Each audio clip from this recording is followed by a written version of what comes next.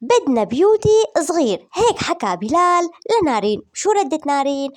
وهل نارين بيوتي حامل أو لا؟ تعالوا معي بهذا الفيديو أحكي لكم عن جزء بسيط من البث المباشر يلي صار بين نارين بيوتي وبلال. طبعا بالبداية لفتة حلوة كتير كتير من نارين إنه طلعت بلباس المنتخب الجزائري، والتعليقات كانت كلها إيجابية وكلهم حبوا إنه كيف هاي اللفتة الحلوة منها. طبعا تحية لأهلنا بالجزائر ونحن بنحبكم كتير كتير.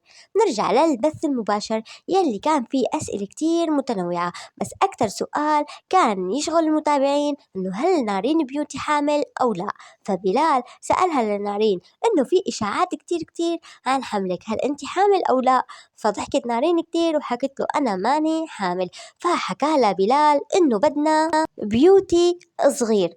فسألها بعدين إنه لو إجاكي صبي أو إجاكي بنت شو رح تكون أسمائهم؟ فحكت نارين إنه الصبي كل الناس صارت بتعرف إنه اسمه رح يكون إلياس، أما البنت رح تسميها سيلينا. طبعا أسماء كتير كتير حلوة وأنا حبيتهم كتير كتير. إذا حابين أعمل لكم جزء تاني من البث المباشر يلي صار مع نارين وبلال اكتبوا لي بالتعليقات وتابعوني. حبيتوا أسماء أولاد نارين أو لا؟